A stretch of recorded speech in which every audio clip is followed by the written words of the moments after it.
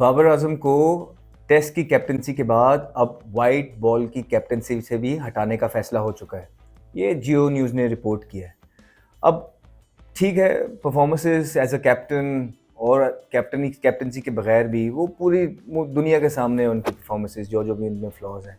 अब सवाल ये पैदा होता है कि क्या मसला बाबर आजम की कैप्टनसी का है या एज अ प्लेयर है? ये सवाल पैदा होता है। जी, मेरे हिसाब से उनका मसला अब कैप्टनसी का नहीं है।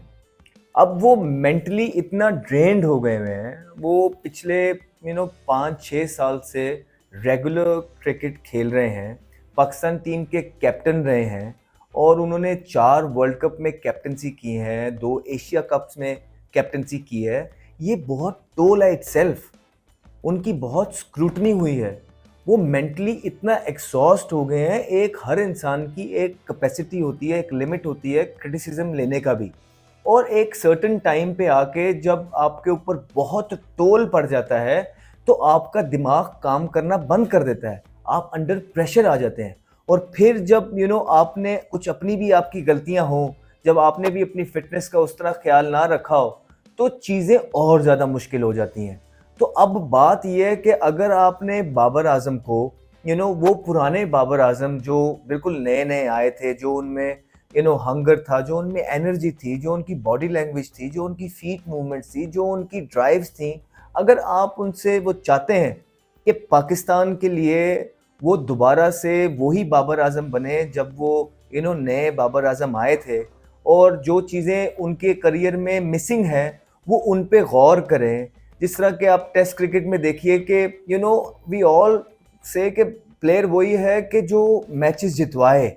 अगर आप बाबर आजम के मैन ऑफ द मैचेस भी टेस्ट में देखेंगे तो आपको 50 से ऊपर टेस्ट मैच हो गए, एक आधा मैच सिर्फ निकलेगा। और फिर आप देखें कि उनकी जो स्ट्राइक रेट है T20 के अंदर, और स्पेशली जो 4 और 6 टूर्नामेंट वो खेले हैं, 6 टूर्नामेंट्स, उसके अंदर 21 का उनका जो है ना एवरेज है और 111 की उनकी स्ट्राइक रेट आ गई है। और फिर अब क्योंकि इतना प्रेशर वहां पे पड़ गया है, तो अभी बांग्लादेश की भी जो रिसेंट सीरीज हुई है उसमें भी जो शॉट सिलेक्शन उन्होंने मारी है और जो उनकी बॉडी लैंग्वेज थी, जो उनकी फिटनेस थी, लग यही रहा है कि वो मेंटली बहुत ज़्यादा एग्जॉस्ट है और बहुत ज़्यादा अंडर प्रेशर है। आई थिंक अगर आप चाहते हैं, पाकिस्तान क्रिकेट बोर्ड चाहता है कि पाकिस्तान क्रिकेट बोर्ड को वही बाबर आजम मिले जो एक जब नए नए वो आए थे, तो उनको अब थोड़ा सा टाइम चाहिए थोड़ी सी इंटरनेशनल क्रिकेट से दूर। क्योंकि आप जब इंटरनेशनल क्रिकेट खेल रहे होते हैं, आप 24/7 स्क्रूटनी के अंदर होते हैं। आपके पास टाइम ही नहीं होता सांस लेने का भी। आपकी इतनी ज़्यादा स्क्रूटनी हो रही होती है, और फिर अगर आप जब कप्तान हो और फिर आपने वर्ल्ड कप्स में जो है ना 4-4 वर्ल्ड कप्स में सारी कैप्टनसी की हो, फिर इतनी ज़्यादा बातें ग्रुपिंग की, फिर आपको हटाया गया, आपसे छीन ली गई कैप्टनसी, उसके बाद आपको जब ऑफर किया आपने फौरन तो ये सारा केओस जो क्रिएट है, ये आपके as a player Babar Azam पे बहुत ज़्यादा टोल डालता है। सो आई बिलीव कि पाकिस्तान क्रिकेट बोर्ड को ये समझना चाहिए कि यहाँ सिर्फ बात कैप्टनसी की नहीं है, यहाँ बात है Babar Azam as a batsman किस तरह वापस लेके आया जाए, किस तरह उनकी फॉर्म बहाल की जाए। तो वो यही करना पड़ेगा कि किसी के साथ भी वो यही होता है, चाहे ये बाबर आजम है, चाहे ये जो कोई भी है, उनको थोड़ा सा क्रिकेट से, इंटरनेशनल क्रिकेट से, मीडिया से, स्क्रूटनी से दूर होना है। उनको सबसे पहले कोच के साथ बैठना है जिन पे उनको ट्रस्ट हो। आप वो उनके साथ बैठेंगे और उस पे काम करेंगे, डिज़ाइन करेंगे और एरियाज टू इम्प्रूव पहले टिक करेंगे। फिर वो देखेंगे कि हाँ यार, मुझे लॉफ्टेड शॉट्स मारना सीखने हैं, मुझे वो अग्रेसिव शॉट ऊपर से T20 के अंदर मारना सीखने हैं। हाँ, 4 डे के अंदर मेरी सबसे पहले फिटनेस अच्छी होना चाहिए, मुझे पेशेंस रखना है। मैं सेट होके बार बार आउट हो रहा हूँ, और इंसान जब सेट होके बार बार आउट होता है 30, 31, 12, 15 पे, इसका मतलब है कि आपका दिमाग उस टाइम पे काम करना बंद हो जाता है। वो फटीग से होता है। फटीग कब होती है? जब आपकी फिटनेस लेवल उस तरह की नहीं होती। ये कोई रॉकेट साइंस नहीं है। आप किसी से भी बात करेंगे, वो आपको यही बताएगा कि जो इंसान सेट होके आउट हो रहा है उसकी यही वजूहात हैं, वो अपनी गलतियों से आउट हो रहा है। तो आप वो प्लान बना के देंगे उनको, अकेडमी के कोचेज उनके साथ लगाएंगे, वो उनके साथ काम करेंगे, वो डोमेस्टिक का एक चक्कर लगाएंगे, सीजन खेलेंगे, क्योंकि डोमेस्टिक के सीजन पे इतनी स्क्रूटनी नहीं होगी। तो वहाँ वो गलतियां भी करेंगे, क्योंकि जब कोई नई चीज़ डेवलप करने जाएंगे वो अपने अंदर, वो वहाँ गलतियां भी करेंगे। वहाँ पे उस पर वो आउट भी होंगे, लेकिन वो ही ओवरकम देयर, उनके पास आउट होने का वहाँ पे लिबर्टी होगी। वो इंटरनेशनल मैच नहीं होगा, वो डोमेस्टिक का मैच होगा, वो चीज़ें इंप्रूव कर रहे होंगे, कोचेस साथ लगे होंगे, क्योंकि आपने मेंटोर्स भी लगाए, एक आधा मेंटोर साथ लगा दीजिएगा, वहाँ पे वो चीज़ें जो कमियां हैं वो इम्प्रूव करें, और उसके बाद जब वो उसमें गलतियां करके फिर जब वो गलतियों से वापस सीख जाएं, वो एक आधे डोमेस्टिक का पूरा सीजन खेलेंगे तो ये सारा एक सर्कल चल जाएगा उनका। उसके बाद जब वो परफॉर्मेंसेस करें उनको वापस लेके आ जाएं।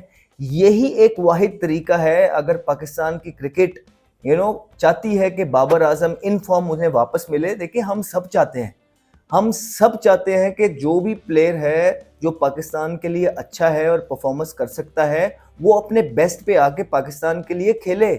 हम तो, हमसे ज़्यादा कौन चाहता है कि पाकिस्तान की क्रिकेट जो है ना, जो राइट डगर पे चले, और अगर उसमें बाबर आजम फिट होते हैं तो इससे अच्छी क्या बात है। लेकिन करंट सिनेरियो के अंदर बाबर एज अ प्लेयर भी फिट नहीं हो रहे, बाबर एज अ कैप्टन भी आपके सामने है, बाबर आजम की फिटनेस भी आपके सामने है, टीम के अंदर ग्रुपिंग्स भी आपके सामने है, कप्तानी के सारे नशे भी आपके सामने है, और मीडिया की स्क्रूटनी भी वर्ल्ड वाइड आपके सामने है, और भी बहुत सारा चीज़ें सामने आई हैं हमें। तो ये एक बहुत ज़्यादा टोल हो जाता है एक प्लेयर के लिए। तो यहाँ पे थोड़े से होश के नाखून लेने हैं वो लोग जो ये डिसाइड कर रहे हैं कि बाबर आजम की कैप्टनसी नहीं है, ठीक है, फेयर इनफ, लेकिन आपको उसको एज अ प्लेयर अब सेव करने के लिए भी एक प्लान बनाना पड़ेगा।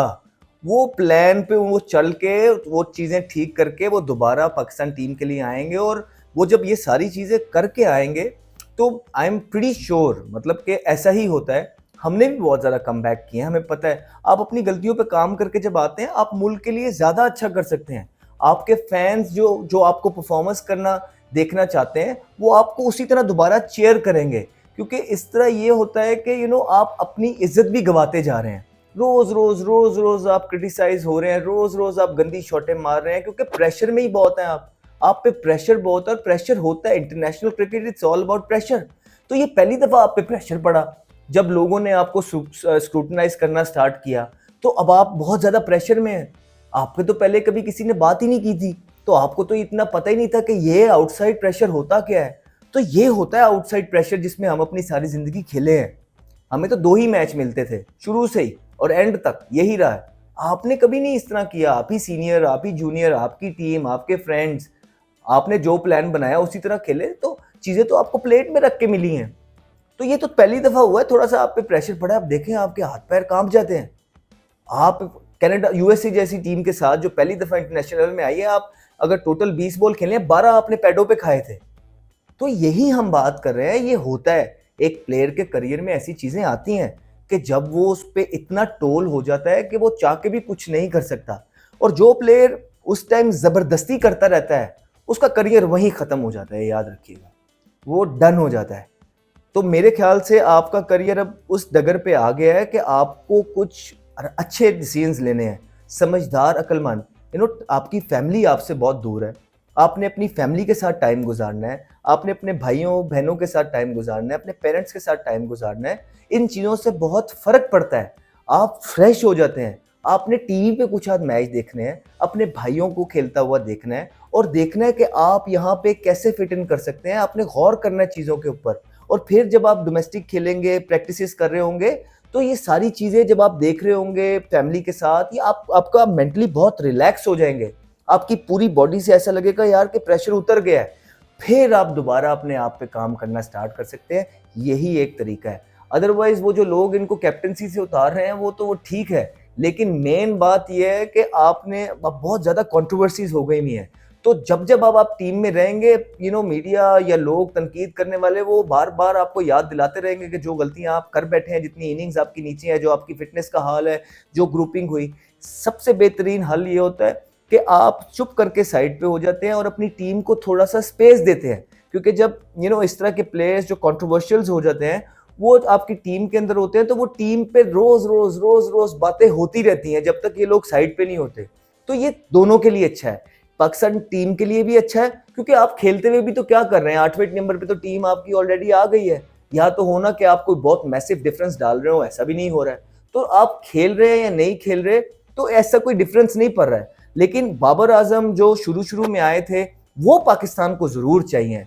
वो एक ही सूरत में अब मिल सकते हैं, ऐसा नहीं होगा कि एक टीम आ गई, आपने एक आधा 50 कर दिया, 2 50 कर दिए तो सारा कुछ ठीक हो जाएगा। अब ऐसा चीजें नहीं रह गई हैं, और क्योंकि इतने फेलियर्स हो गए हैं, इतनी चीजें आप पे पड़ गई हैं कि ये आपको संभालते संभालते अब 2-3-2.5 साल लग जाएंगे, तो आप नहीं कर पाएंगे। हमें पता है आप एज अ प्लेयर कितना ही कर लेते हैं, तो बड़ा मुश्किल हो जाएगा। तो ये मेरी एक सजेशन है आपको और क्रिकेट बोर्ड को कि you guys need to sit together and make a plan for Babar Azam कि हम किस तरह वो पुराना बाबर आजम वापस लेके आ सकते हैं, जो शुरू में आया था, जिसको हंगर थी, जिसकी फिटनेस थी, जो चुपचाप सिर्फ अपनी बैटिंग पे काम करता था, सोशल मीडिया से दूर था, बाकी सारी चीज़ों से दूर था, कोई उसमें एक्टिंग नहीं थी, ग्राउंड में वो सीरियस एक वॉरियर नजर आता था, एफर्ट करता था, कोई हंसी मजाक नहीं थे।